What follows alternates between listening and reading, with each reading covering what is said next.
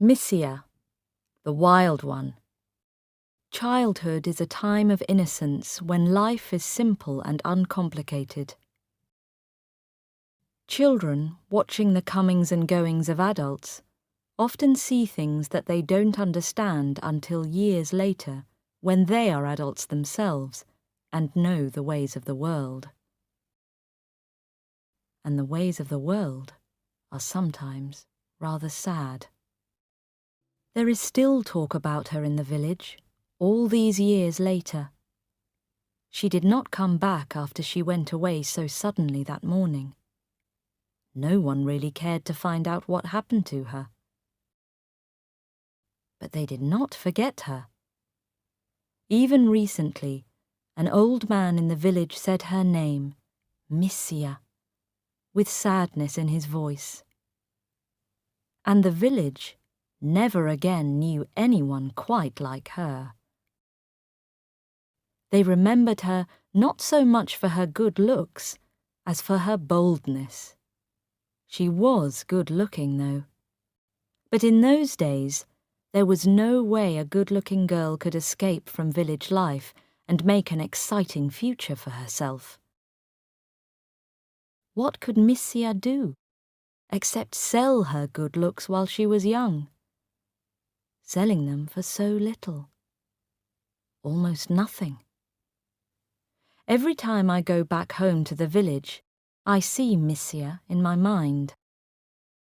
She had brown skin which shone with good health and a beautiful, strong body. She moved beautifully too. She used to carry a full pot of water on her hip and use her other hand to pick a fruit or a branch off a tree for firewood. She was full of fun. She ran when there was no need to run, smiled all the time and laughed often.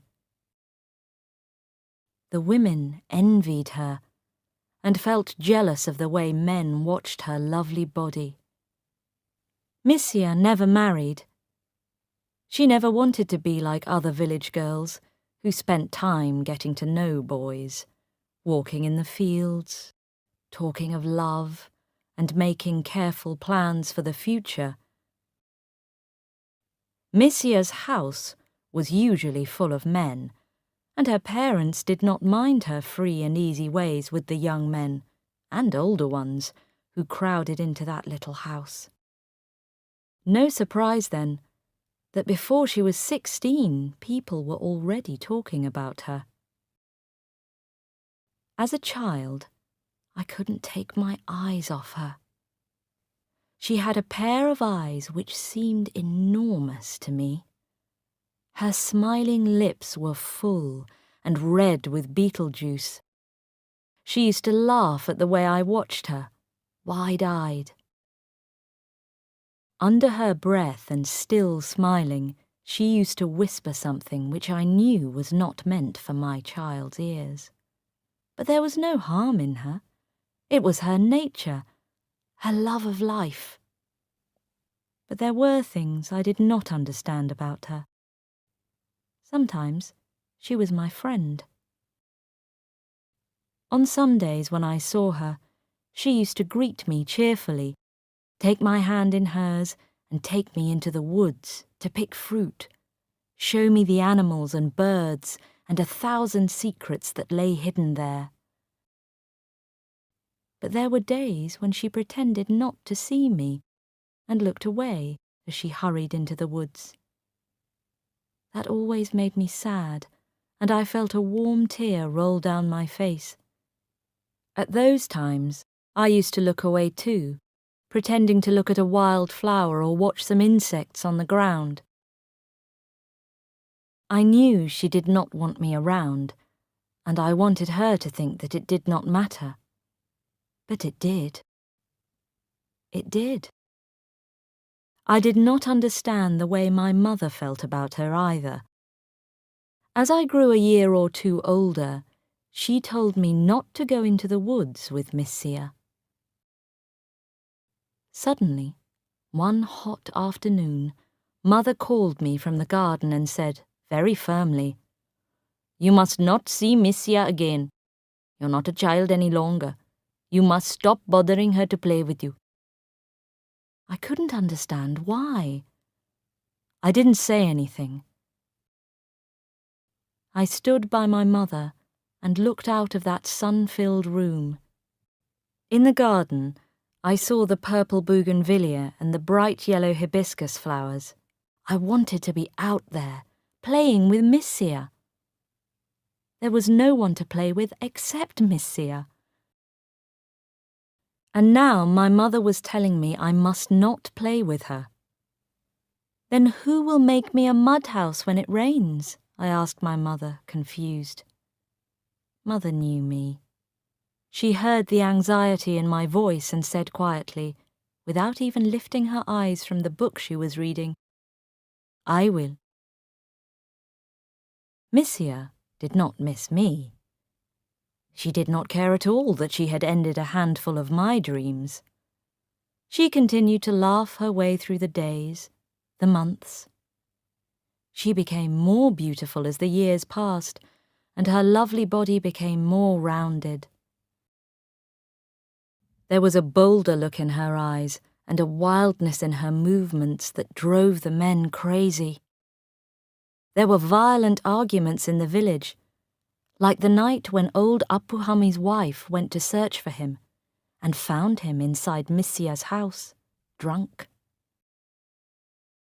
The whole village gathered to watch and cheer, although it was well past midnight.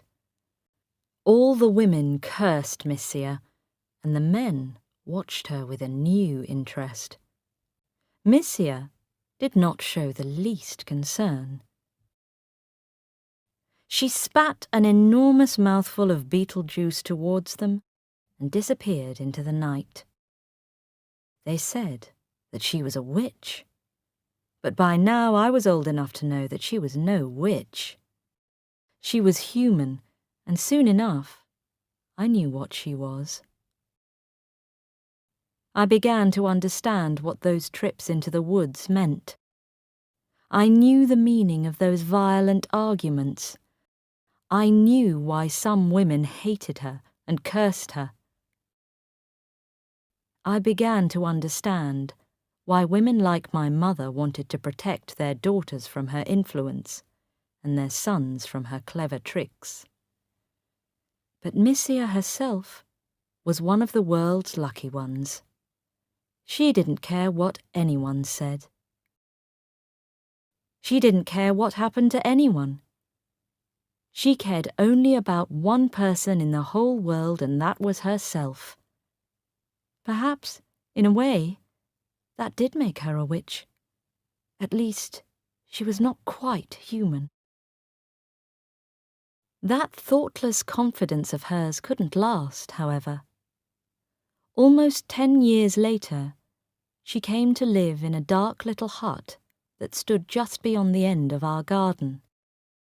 By then, she had begun to lose the freshness of her young beauty and her carefree ways. At 25, she was an adult woman, a good-looking woman, and an inviting one. She lived alone because her parents had died, but nothing else had changed with her. The village still hated her and loved her. The men still came to her by night. During the day she worked making baskets. Day or night, she appeared not to care how the next meal came to her, what happened to her, or what she would do when she grew old. When I met her for the first time after many years away, I was shy. She smiled at me as I walked past her little house. "Well, well, how you've grown," she said, with her usual bold smile. I said something in reply and hurried away. In the rapid look I gave her, I saw the heaviness of her body and wondered if she was getting fat. There was something about her that seemed different. I looked back and saw her watching me. She had a look of cat-like happiness on her face that day. Has she met some man and married him? I wondered as I walked towards my parents' home. But soon enough, I knew she was not married. The village now felt sorry for her. She was a woman growing old before her time. The men did not come to her for their pleasures as much as before. The village was moving into the modern world. Just 2 miles away there was now a cinema, and after the late-night showing, there were women available there, too. So Missia was finding it hard to earn enough money even for food. The village talked and laughed unkindly about her. How poor she was, how little she had. Her clothes were unwashed, her habits dirty. It seemed that the world's oldest profession did not pay very well. The morning it happened started like any other. The sun shone, and the raindrops danced on the wet grass. I walked down to the edge of the garden, reliving the pleasures of my childhood. These trips back to the village filled me with confused thoughts, a wish for past days, past magic, when the world and I were young. The old tree, where I had sat in the shade and cried desperate tears over some young sadness or other, was still there. So was the dead tree trunk where my friends and I had sat on so many golden evenings and watched the sun go down. The voices from the past whispered in my ear, some long gone from my life. The cool air was still so well known and dear to me, and the morning sun gave a silver touch to the rice fields spread out at my feet. I stopped with a start when I saw the 2 policemen. They looked towards our house and then looked away. I took a step backwards and watched them. They spoke to each other and entered the large shed in which the hay was stored. It was early morning. There was no one else around. And quietly, the village began to wake up. First, the old businessman, the Mudalali, clearing his throat and walking to the corner to get his morning newspaper. He was followed by the young man who worked in the tea shop. Then the women appeared, wanting to know what was happening. Suddenly there was a crowd and excitement in the air. And then the policeman brought out the terrible bundle from inside the building. I shut my eyes and turned away. It was such a tiny bundle, a helpless little thing, killed by its own mother and hidden in the hay. It had no father who would accept it as his child, so it had to die.